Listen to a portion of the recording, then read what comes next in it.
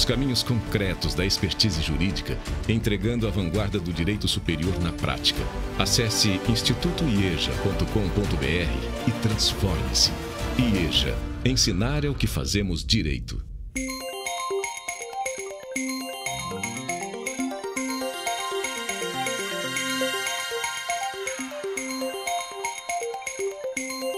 Olá, muito prazer de poder participar desse curso do IEJA sobre direito eleitoral, ao lado de grandes nomes do direito eleitoral, da ciência eleitoral, hoje um ramo muito forte do direito, de modo que o IEJA está de parabéns com essa iniciativa e eu me sinto honrado de poder participar com professores tão renomados de um curso de ponta como esse.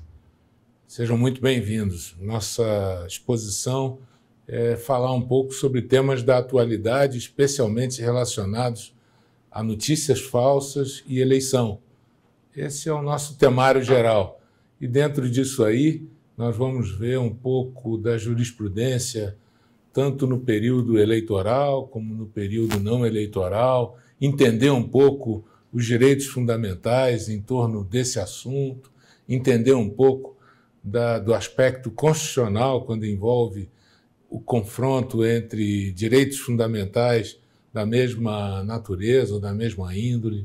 Então, nós vamos ter aí um traçado muito interessante para conversar sobre esse tema. Eu quero começar com vocês lembrando duas frases que são muito marcantes para o tema que nós vamos abordar. A primeira é do Bobbio, quando ele fala que a história é um labirinto e acreditamos saber que existe uma saída, mas não sabemos onde ela está. Não havendo ninguém do lado de fora que nos possa indicá-la, devemos procurá-la nós mesmos. O que o labirinto ensina não é onde está a saída, mas quais são os caminhos que não levam a lugar algum. Essa primeira reflexão é sobre o tema que nós vamos falar agora. Nós vamos trocar essa ideia, refletir um pouco exatamente sobre as saídas, os caminhos que podem nos guiar para uma solução adequada no momento de tanta incerteza. E a outra reflexão é do professor Eduardo Lourenço, de Portugal, falando sobre as novas tecnologias. Naquela ocasião, ele tratou da televisão. Ele disse, olha, a televisão existe e não é em si um novo império do mal. Não é útil nem fácil distinguir nela uma boa ou má televisão. Quais os critérios?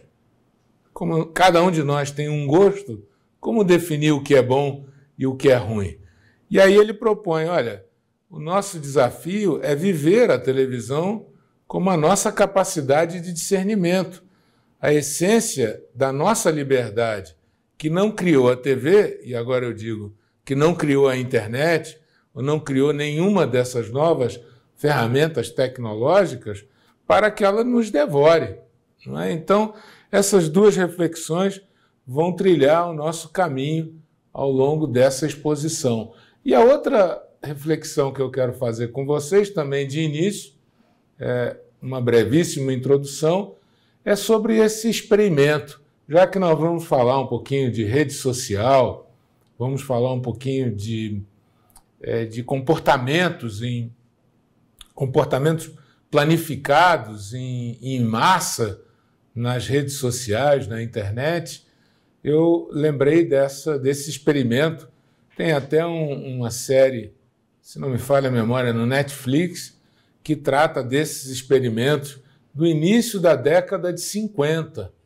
Esse grupo de Asch, que eles chamam, fala desse experimento de conformidade. E uma dessas experiências, ele reúne um grupo completamente disforme entre si e pergunta para esse grupo qual é uma linha padrão. E ali apresenta a linha padrão na cena, né? Nós estamos conseguindo exibir o PowerPoint? Pois bem. E aí, cada um dos primeiros coloca uma linha padrão completamente diferente. A de número 1 ou a de número 3, e aquele efeito manada logo segue. Está na cara que a linha padrão é a de número 2, mas o efeito manada funcionava nesses experimentos e o que ele chama de poder de conformidade nos grupos, que hoje se vê com muita nitidez na questão da internet, nas redes sociais. Também é uma segunda reflexão que eu gostaria de ter com vocês. Pois bem, vamos nessa linha, antes de falar propriamente da questão das notícias falsas e a sua inserção no direito eleitoral, na questão da democracia, eu vou voltar um pouquinho, dar um passo atrás, como se nós estivéssemos vendo um filme sobre os direitos da personalidade com a sua conexão com essa revolução tecnológica que nós estamos vivendo. Então eu vou fazer um pouquinho, um salto aqui, um exercício de imaginação para a gente poder chegar no momento atual e falar um pouquinho de notícias falsas, do efeito manada dessas notícias falsas e qual o impacto disso no processo eleitoral.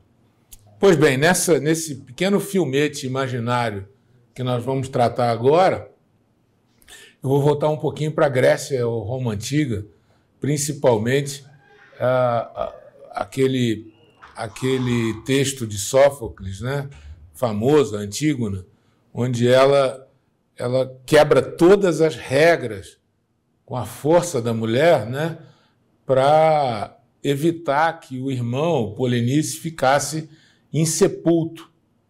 O que isso tem de direito da personalidade?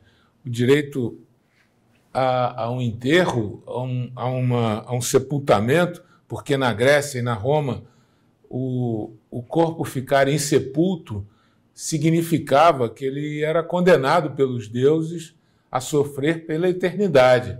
Então ela queria, por força, e foi contra o decreto do imperador para enterrar o seu irmão.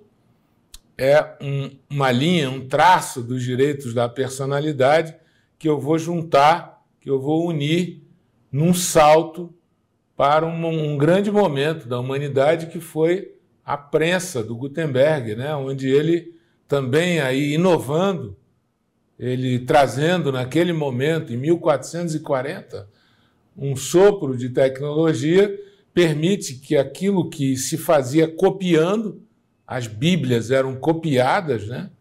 Os textos eram copistas que faziam, claro, com toda a variação que isso gerava, ele cria a prensa e, em fração de horas, ele passa a distribuir os textos pelo mundo inteiro, criando aí uma grande revolução tecnológica que vai desaguar lá na Idade Média, quando, num primeiro momento, se faz um retrocesso, o homem voltado para a propriedade, para a exclusiva propriedade privada, e depois se redescobre com o Renascimento no século XVI, e aí vem o humanismo, o homocentrismo, que também vai para mais um salto nesse filmete dos direitos da personalidade até as duas grandes revoluções que marcaram a nossa humanidade. A primeira delas, a independência americana, em 1776, onde se crava ali a bandeira da liberdade, né? De que nenhum direito pode ser subjugado, o direito fundamental, a liberdade de expressão. E depois, pouco depois, a Revolução Francesa, que criou, também gravou ali os conceitos de liberdade, igualdade, fraternidade, né? Então, essas duas revoluções marcaram o mundo com esse sopro de fundamentos dos direitos da personalidade em conexão, cruzando em estradas paralelas, mas que andam, em algum momento, se cruzam com os avanços da tecnologia. Depois vieram as duas grandes guerras mundiais, em 14 e depois em 39 e 45. E com elas, o grande temor do homem de que os seus problemas, tal como aconteceu com a guerra, fossem somente resolvidos pela força, né? Um grande retrocesso. E aí vem a Declaração Universal dos Direitos do Homem, de 1949, e a partir daí, uma grande reflexão sobre o sistema de justiça no mundo inteiro começa a acontecer, o questionamento sobre a função dos tribunais, né? Sobretudo quando surge a Revolução Industrial, trazendo máquinas a vapor, motor, telefone, telégrafo. O telégrafo foi o primeiro avanço tecnológico que gerou uma reflexão num estudo marcante do Warren e do Brandeis, um deles juiz da Suprema Corte Americana, num texto de 1890, conhecido por todos nós, chama Right to Privacy, o direito à privacidade. Conta-se que é um texto onde ele ficou muito incomodado, o Brandeis, com o casamento de uma filha dele que foi devassada por jornalistas que imediatamente, por meio do telégrafo, se comunicaram, os jornalistas, com as redações, passando fofocas sobre o casamento. E ele, então, começou a reflexão sobre o progresso tecnológico e o direito à privacidade pelo ângulo do direito. Depois vieram vários casos da Corte Constitucional Alemã, a partir da criação das Cortes Constitucionais Europeias, né? Porque até então o sistema era um sistema muito semelhante ao americano, né? Com uma corte, o modelo americano tomou conta, mas o sistema constitucional mundial, a partir de Kelsen, né? Cria as cortes constitucionais e elas frutificam no mundo todo, a alemã, a espanhola, a portuguesa, enfim, a Europa continental praticamente toda segue esse modelo. E a primeira, a Corte Constitucional Alemã, que é de 1951, logo no pós-guerra, tem uma participação fundamental nos conceitos de dignidade da pessoa humana, elevando esse conceito a um bem absoluto, né? Alguns desses casos, eu não tenho tempo para mencionar, para não cansá-los, alguns desses casos foram muito famosos. Mephisto, né? Aquela biografia não autorizada do Klaus Mann, é muito interessante, né? E esse romance, Esdra, era a liberdade da arte versus o direito à intimidade, já ali dois conceitos de magnitude constitucional se degladiaram e foram lapidados pela corte alemã. Depois, se a gente pudesse avançar no nosso filmete, vamos para a década de 70, onde teve o caso Watergate, onde houve um grampo telefônico no Partido Democrata, né? Todos acompanharam. Agora mesmo tem uma minissérie muito também interessante, chamada Gaslight, né? Que retrata esse fenômeno do Watergate por uma visão daqueles que não foram os personagens principais. Muito interessante. Mas ali também a violação à privacidade pelo grampo telefônico fez com que houvesse a queda de um presidente da República, da República mais poderosa do país, que é a República Americana, né? Tamanha é a importância da liberdade, da violação à privacidade, que chegamos aí ao estado da arte moderno, né? Que é a era da comunicação, talvez a revolução tecnológica dentro da revolução tecnológica, que é a era da comunicação instantânea, que o Bauman, um filósofo que faleceu há pouco tempo, né, falava da sociedade da hiperinformação, ou a sociedade espetáculo, né? Ele se referia a esse momento como a modernidade líquida, onde você elimina as barreiras progressivas entre o público e o privado, né? Então, esse é o momento que nós estamos atualmente com as redes sociais, e é dentro dessas inovações que nós chamamos disruptivas, né? Com nanotecnologia, biologia sintética, genética. Quais são as perspectivas para o judiciário no tratamento desse tema, né? Eles já começam a chegar para nós. Por exemplo, nós temos alguns casos já no mundo de responsabilidade civil por drone ou de veículos não tripulados. Inclusive, em março de 2018, o Uber cancelou os testes de carro sem motorista depois de um acidente que gerou uma indenização. Alguns doutrinadores já estudam personalidade jurídica para robôs. E muito se questiona atualmente sobre algoritmos, né? Algoritmos que criam discriminação em algum sentido ou que geram responsabilidade civil. Nós temos aí uma pleiade de novos temas para aportarem ao judiciário, que estão aportando ao judiciário: barriga de aluguel, reprodução in vitro, bioética, eutanásia, esterilização humana, tudo isso gerado por essas novas tecnologias. Eu destaco aqui, para fechar esse tópico, e nós partimos para o ponto que interessa, eu destaco aqui essa questão da regulação das plataformas, né? Hoje muito se fala do modelo de negócio das plataformas. Qual é esse modelo de negócio que nós temos hoje? É um modelo onde cada engajamento, o estímulo ao engajamento, polarizado para um lado ou para o outro, odeio ou amo, gera consequências para o modelo de negócio. Quanto mais engajamento, mais propaganda, mais lucro.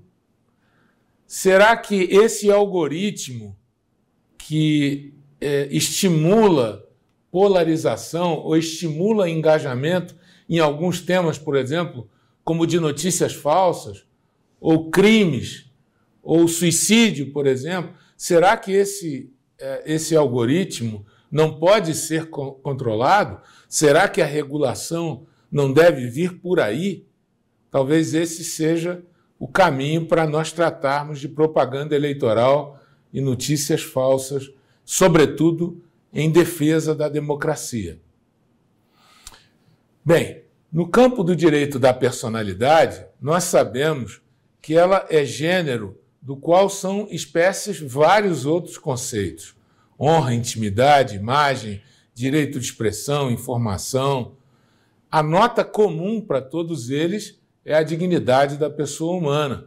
Um consenso ético, mais do que, para além das palavras, um consenso ético do mundo ideal. Então, por isso que ele é o direito da personalidade absoluto, indisponível, imprescritível, extrapatrimonial, está na nossa Carta desde 1937 e tem uma redação muito firme no artigo 5º, que trata dos direitos e garantias fundamentais, tanto no inciso 4º como no inciso 9º. É livre a manifestação do pensamento, vedado o anonimato, é livre a expressão da atividade intelectual, artística, científica, de comunicação, independentemente de censura ou licença.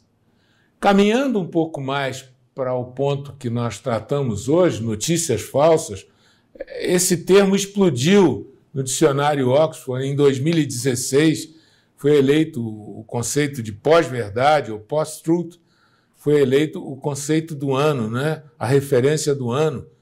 E aqui esse conceito de fake news, que muitos reputam ser a melhor tradução, desinformação, e eu creio que são notícias fraudulentas, a melhor forma de conceituá-los, porque a força da linguagem aí é grande no sentido de dizer que não se trata apenas de uma mera desinformação, mas sim, efetivamente, notícias que são fraudadas para desviar a atenção do eleitor para o ponto que não importa ou para conduzi-lo a uma postura que não interessa à democracia. Por isso que notícias fraudulentas me soa melhor do que um mero conceito de desinformação. Na área do direito, esse tema pode ser analisado por vários prismas: direito constitucional, direito penal, filosofia do direito, direito eleitoral, que é o que mais de perto nos interessa. Então, aqui, esquematicamente, para que a gente possa ter uma visualização, fake news ou notícias fraudulentas, e a análise pelo direito constitucional, o direito civil, direito privado em geral, o direito penal, o direito eleitoral e até mesmo a filosofia do direito. No caso do direito constitucional, o direito civil, o direito privado, que é o primeiro que nós vamos analisar, abre-se um leque para esse exame por 3 portas. Primeiro, o da liberdade de expressão, o eventual abuso e o conceito de ponderação, que nós vamos ver na sequência. Nesse campo da ponderação de valores em conflito, quando ocorre o que nós chamamos, o que vocês também já conhecem, a colisão de direitos fundamentais, parte da doutrina constitucionalista diz que há uma certa hierarquia dentro desses conceitos, né? No meu modo de ver, não há hierarquia nenhuma, todos têm previsão constitucional, todos estão inseridos dentro do mesmo campo. O que o juiz tem que fazer quando há esse conflito, quando há essa colisão, é ponderar os valores em conflito de acordo com a melhor interpretação para prevalecer o melhor resultado para a sociedade. O Dworkin utiliza-se de um conceito muito interessante, que é o do juiz Hércules, aquele que dirime os hard cases, que ele chama, os casos pesados, os casos mais difíceis, né? Justamente utilizando regras de interpretação, que Alexis foi o que melhor abordou e com melhor profundidade tratou desse princípio, que se chama princípio da unidade da Constituição, onde se estabelece de saída que não há antinomias insolúveis dentro desse conceito. Por quê? Porque, no meu modo de ver, não existe hierarquia entre direitos de natureza estabelecida dentro da Constituição, há uma predominância do interesse público e essa é a chave. Seguramente, essa é a chave para fazer a ponderação. Interesse público, onde pesar mais para o interesse público. E permeando isso, a razoabilidade. O Eduardo Culturi, né, um jurista, um processualista uruguaio, ele foi muito feliz nessa expressão. O intérprete é o intermediário entre o texto e a realidade. Eu vou passar um pouco batido aqui, porque o nosso tempo aperta, né? Mas alguns casos são muito recorrentes na utilização disso que nós chamamos de ponderação, e vai aqui apenas um pequeno exemplo. Eu destaquei esse acórdão do então ministro Baleiro, Aliomar Baleiro, porque ele tem uma frase ali muito certeira quando você trata da ponderação. Ele diz, olha, eu vou analisar a ponderação pela consciência do homem médio do seu tempo, porque o que para mim era ilegítimo no começo do século passado, hoje certamente não o será. Antes você não podia ir para a praia com determinados trajes. Hoje, se você for, você está completamente fora do padrão e da realidade. Então, é a análise pela consciência média do homem do seu tempo. Por isso que, a partir daí, a jurisprudência, e ali eu coloquei em linhas gerais, a jurisprudência foi criando diferenças entre notícia e crítica, traçou, desde o caso New York Times, lá nos Estados Unidos, julgado pela Corte Suprema, e aqui para nós também, o conceito de actual malice, ou malice, né? como se dá ênfase na pronúncia, essa consciência da informação falsa ela não é exigida no direito brasileiro para a responsabilidade da mídia. Isso também foi sendo construído pela nossa jurisprudência. Também passou-se a exigir, para o caso da ponderação, a contemporaneidade da informação. Se houver uma diferença muito grande no tempo, justamente porque é a consciência do homem médio do seu tempo, já não é mais possível uma ponderação razoável dos temas em conflito. Também separar bem, na hora que o julgador, na hora que o juiz fizer essa ponderação, ele tem que levar em conta esferas pública, íntima e privada. E no caso de fotografia, de imagem especificamente falando, se houver proveito econômico da imagem da pessoa, também aí sempre haverá o direito à indenização, porque gera daí o proveito econômico. Qual a legislação aplicável para o período não eleitoral quando se trata de notícias falsas e aí desviando para o ataque aos direitos da personalidade? Regra básica é o do Código Civil, no artigo 20, onde se diz: salvo se autorizadas ou se necessárias à administração da justiça ou à manutenção da ordem pública, a divulgação de escritos, transmissão da palavra, ou a publicação, a exposição ou a utilização da imagem de uma pessoa, poderão ser proibidas a requerimento e sem prejuízo da indenização que couber, se lhe atingirem a honra, a boa fama ou a respeitabilidade, ou se destinarem a fins comerciais. A Lei 13.188 tratou do direito de resposta. Pela redação do artigo 20 do Código Civil, logo que ele veio à baila, houve uma discussão muito grande se haveria um retrocesso na jurisprudência do Supremo que vedava, como ainda veda, o que se chama em doutrina de censura prévia, ou seja, a proibição da publicação, porque pela redação do dispositivo dá ou se permite entender que o juiz pode, inclusive, proibir a publicação ou a veiculação de uma determinada notícia ou programa. Essa censura prévia, nem por liminar, nem por decisão judicial, ela é possível. O que pode acontecer é a posterior indenização ou responsabilização, inclusive pelos aspectos penais, mas a vedação prévia, a censura prévia, isso a nossa jurisprudência já proibiu. Inclusive o direito de resposta está assegurado, mas a proibição prévia não. Também a partir do Marco Civil da Internet, transbordando aí o que nós estamos falando para a internet, ou melhor, transpassando o que nós estamos falando para a internet, veio o Marco Civil em 2014, onde ali reafirmada a regra da responsabilidade civil subjetiva, exigindo-se ordem judicial específica para a retirada de conteúdo.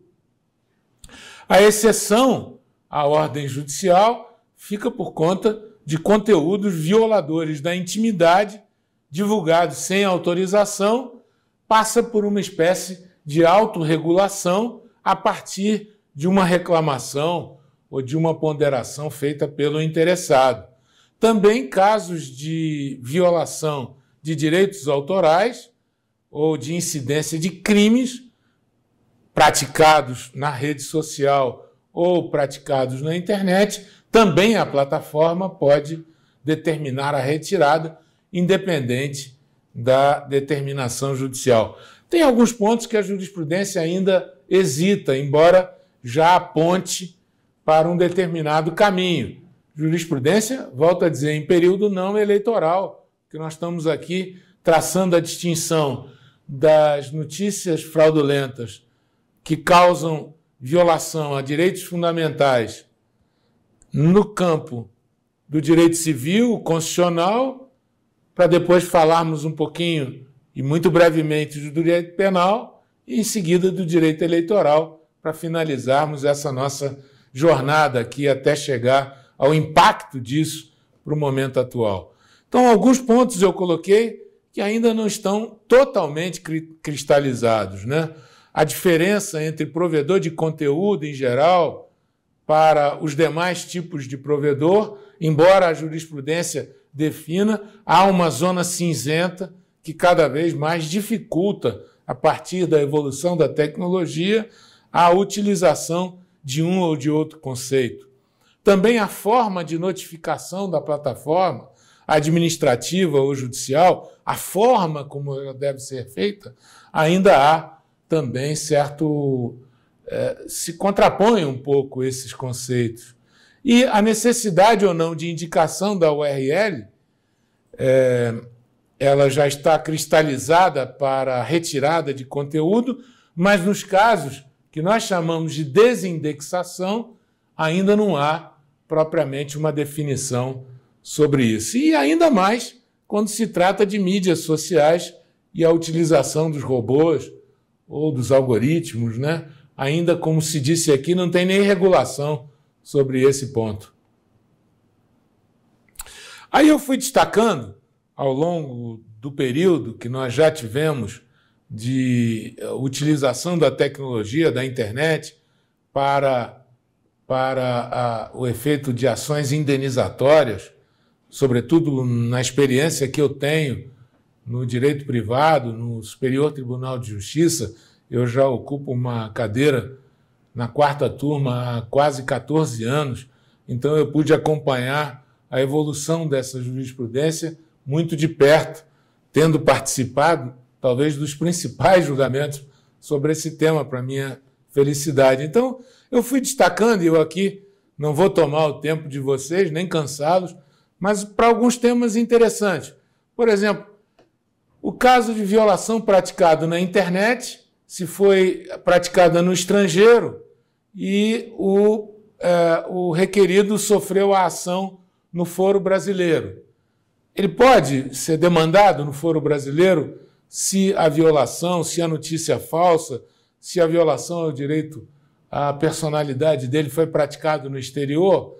Sim, porque é reiterado o entendimento de que prepondera aí o artigo 100, inciso 5º, alineado, CPC, sobre as regras do 94 e 100, permitindo a ação indenizatória por danos morais e materiais no foro do local onde ocorreu o ato ou o fato.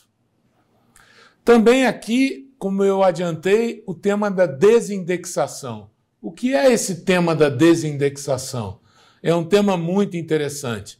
Toda vez que se fala sobre uma determinada pessoa ou uma determinada matéria, o que vem em primeiro lugar são as notícias que o buscador quer. O que o interessado deseja não é a retirada dessas notícias. O que ele quer é desindexar o seu nome das recorrências à busca daquele tema. Esse caso da desindexação, permitido por 3-2 aí, por esse julgamento na 3ª turma, ainda é um tema em aberto. Nós julgamos esse caso no direito eleitoral, se era possível um candidato contratar uma pesquisa ou uma campanha e aparecer na rede social o nome de outro, e acabei vencido nessa matéria lá, como se a indexação é um modelo de negócio das plataformas, se admitiu a contratação, o que me pareceu uma burla ao direito de informação. Eu vou passar aqui por alguns desses temas, não vou perder tempo de contar-lhes em detalhes, porque o nosso tempo é escasso e eu não quero cansá-los com isso. Mas, por exemplo, compartilhamento de dados sociais com cartão de crédito, houve aí o pedido de indenização por isso e o judiciário já se manifestou. O famoso direito ao esquecimento, nós, da quarta turma, fomos os primeiros a julgar esse caso do direito ao esquecimento, tratando-o como um direito autônomo, porém inserido no campo dos direitos da personalidade. Já aí a doutrina falava, desde a 6ª Jornada de Direito Civil, falava na tutela da dignidade da pessoa humana na sociedade da informação, incluindo o direito ao esquecimento. Nós julgamos 2 casos, na quarta turma, o caso da Candelária e o caso Aida Cury. Um deles foi ao Supremo, que definiu o conceito de direito ao esquecimento. O caso retornou para a quarta turma, nós tornamos a julgar na linha do precedente do Supremo, mantendo a indenização com base nesse direito ao esquecimento, e agora o tema está entregue novamente ao Supremo Tribunal Federal. Há também direito ao esquecimento para matéria penal. Algumas dessas questões, muitas envolvendo folhas de antecedentes, são tratadas nesses precedentes que eu mencionei. Também um caso que ficou muito famoso foi o do direito à paródia, né? Direito de marca ou direito autoral entre a Folha de São Paulo e a Falha de São Paulo. Curiosamente, se pretendia impedir a Falha de São Paulo de exercer o seu direito de paródia, o que acabou sendo negado pelo tribunal. Também um outro tema que acontece com muita frequência, o sexting e o cyberbullying, né? Definir esses dois conceitos que, com base no avanço da tecnologia, causam violação aos direitos fundamentais. Nós julgamos esses casos, mantivemos a indenização, fixamos esse conceito. Também a responsabilidade do provedor de internet que albergava uma rede social, aqui no caso era o Orkut, né? Onde se ofertou ali uma aula pirateada, e ali, nesse caso, que foi um leading case da segunda sessão, nós definimos que a responsabilidade civil do administrador da rede social, ele não poderia ultrapassar o limite, já que ele não pode cercear a liberdade de informação e de expressão, não poderia ultrapassar o limite básico de controle, então não se gera responsabilidade. Nós analisamos esse caso pelo ângulo da responsabilidade contributiva e da responsabilidade vicária, e o chamado fair use, que foi a base desse julgamento. Spam, se cabe dano moral por spam, falso anúncio erótico envolvendo determinada pessoa na internet, se haveria responsabilidade de quem o insere, também julgamos. Responsabilidade dos sites que fazem mediação de negócios, tipo Mercado Livre, também julgamos já.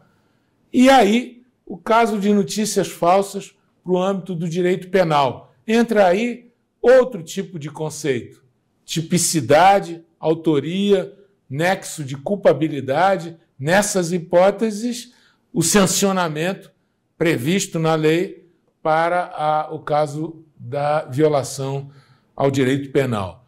E qual é o papel da Justiça Eleitoral no combate à desinformação ou no combate às notícias fraudulentas?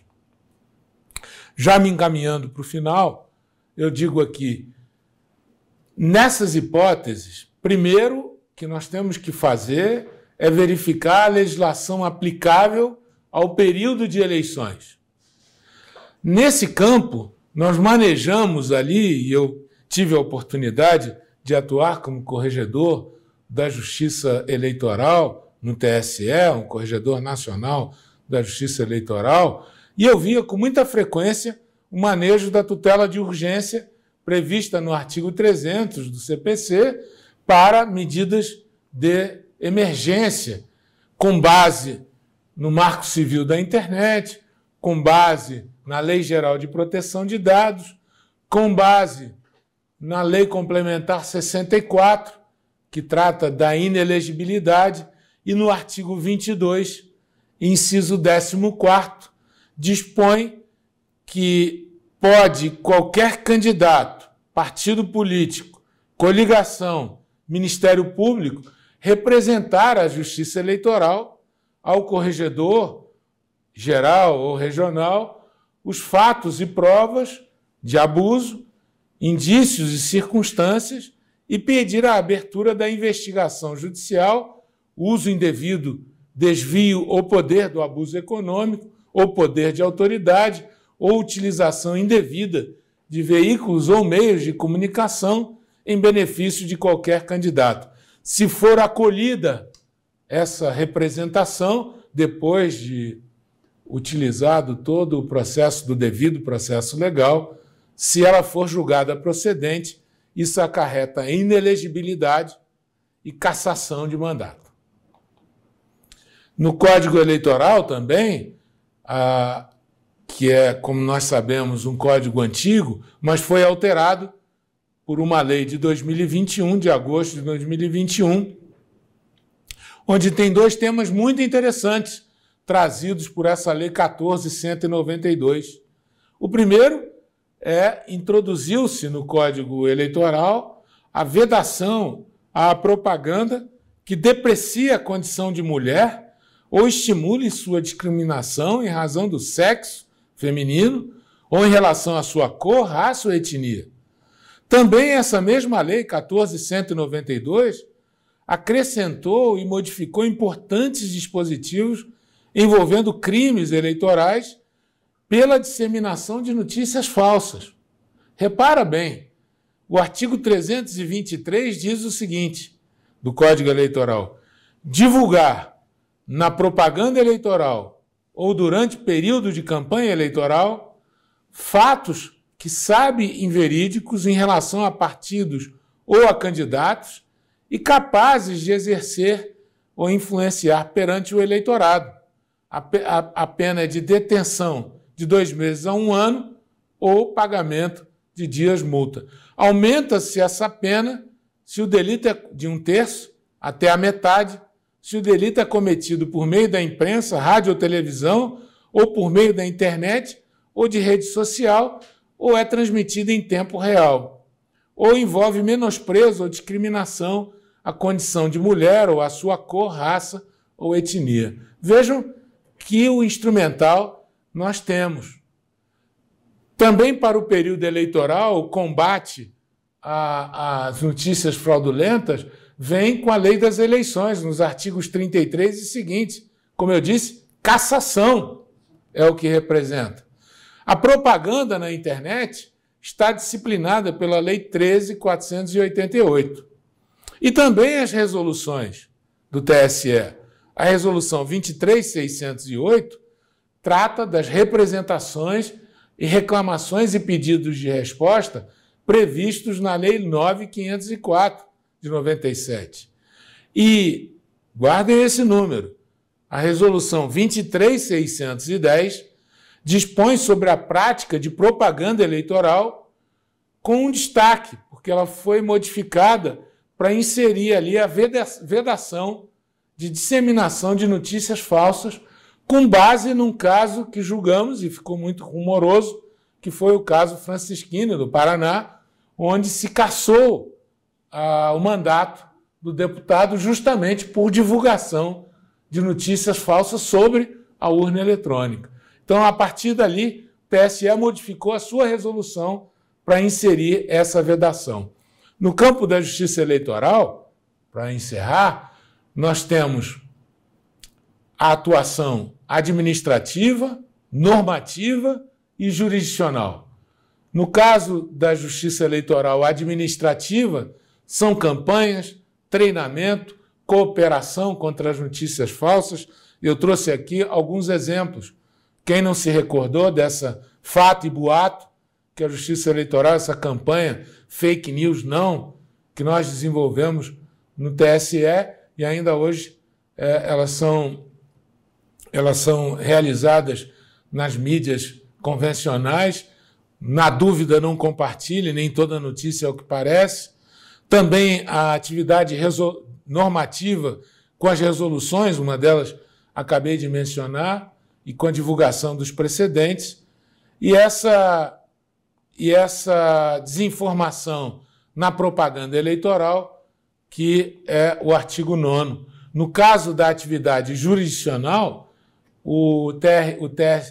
a Justiça Eleitoral, os TSE e os TREs, atuam tanto na propaganda irregular, como no uso indevido dos meios de comunicação e como na questão do abuso de poder. Nesse caso, nós temos alguns precedentes tratando tanto de propaganda eleitoral, são essas duas para determinar, por exemplo, uma liminar para que seja retirada uma notícia contra um candidato, como essas últimas duas decisões do TSE que fixaram dois conceitos. Quando nós julgamos as ações de investigação judicial eleitoral, que afastou-se a cassação da última chapa presidencial, mas ali se assentou uma tese de que o uso de aplicações digitais, de mensagens instantâneas, para promover disparos em massa, contendo desinformação e inverdades em benefício de candidatos e em prejuízo de adversários, pode ensejar cassação do registro ou diploma e inelegibilidade por 8 anos com fundamento em abuso do poder econômico e uso indevido dos meios de comunicação social na forma do artigo 22 da Lei Complementar 64. Essa decisão, como todos nós acompanhamos, foi recentemente ratificada pelo Supremo Tribunal Federal, de modo que agora já não há mais dúvida de que espalhar notícias falsas, se houver desinformação e inverdade em benefício de candidatos e em prejuízo de adversários, enseja cassação do registro ou diploma e inelegibilidade. E a outra, como eu mencionei, foi esse RO 0603-975, onde também se asseverou que ataques infundados ao sistema eletrônico de votação e à democracia, inclusive pela internet e pelas redes sociais, em benefício de candidato, também podem implicar cassação e inelegibilidade com base em abuso de poder e uso indevido dos meios de comunicação social. Por último, mas não menos importante, no inquérito administrativo no âmbito da Corregedoria Nacional da Justiça Eleitoral, se suspendeu a monetização de canais de usuário que utilizavam plataformas digitais na internet para veicular ataques infundados à democracia e ao sistema de votação. Não impede-se a divulgação das notícias, porque aí se poderia alegar algum tipo de censura. O que nós fizemos foi impedir que se ganhe dinheiro com essa prática. A monetização foi suspensa, todos esses recursos estão depositados à disposição da Justiça Eleitoral. Eram essas as... tem também a lei das fake news, né, que está em tramitação, o projeto de lei 2630, que está em tramitação no Parlamento, que eu acho que aí sim é o cenário ideal para se debater essas nuances e as ferramentas no combate à desinformação. Eu concluo com essas duas manifestações. A primeira é do presidente da Associação Nacional de Jornais, Marcelo Resch, que disse o seguinte: a primeira forma de combate às notícias falsas ou fraudulentas, a era da pós-verdade, é a produção por jornalistas de conteúdo profundo, denso, ultra especializado e de alta credibilidade, distribuído em qualquer formato e a qualquer momento, mas sempre com seu certificado de origem, para atestar que a reportagem e as suas informações não fazem parte de uma fábrica de ilusão. Também esse sistema de fact-checking que alguns grupos de mídia, a sociedade civil em geral, criaram, é uma grande e proveitosa campanha. E, por fim, lembrar sempre que o principal protagonista para garantir o bom funcionamento das eleições e a igualdade de condições no pleito é a Justiça Eleitoral, guardiã da democracia em nosso país. Olha, muito obrigado pela atenção com que me ouviram. Eu estou pronto para as respostas às perguntas.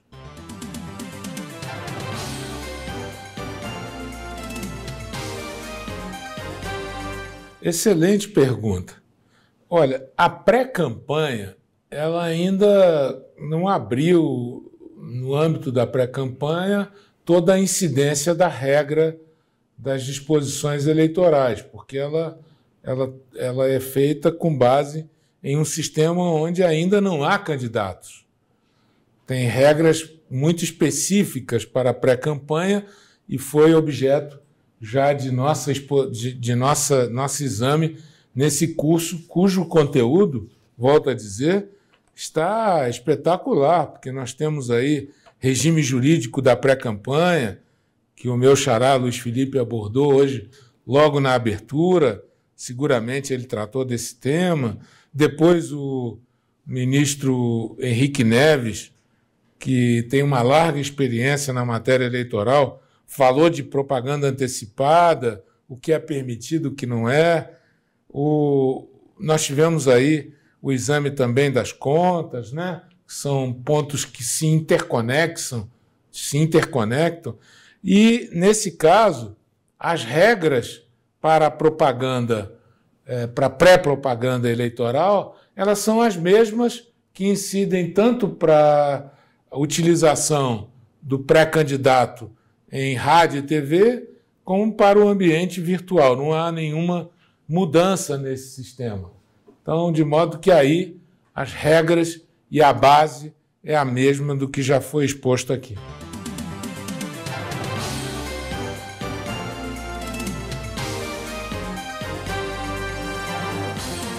Não, Renato, se é um fato o que se alega, sem nenhuma adjetivação, não. Pois então, eu quero novamente agradecer a atenção com que todos me ouviram. Foi uma honra poder estar aqui com vocês e dizer da minha alegria de poder coordenar esse curso prático de direito eleitoral com uma pleiade de juristas dessa magnitude e um programa ambicioso onde nós abordamos praticamente os principais pontos do direito eleitoral. Bom curso para todos vocês. Acesse institutoieja.com.br e transforme-se. Ensinar é o que fazemos direito.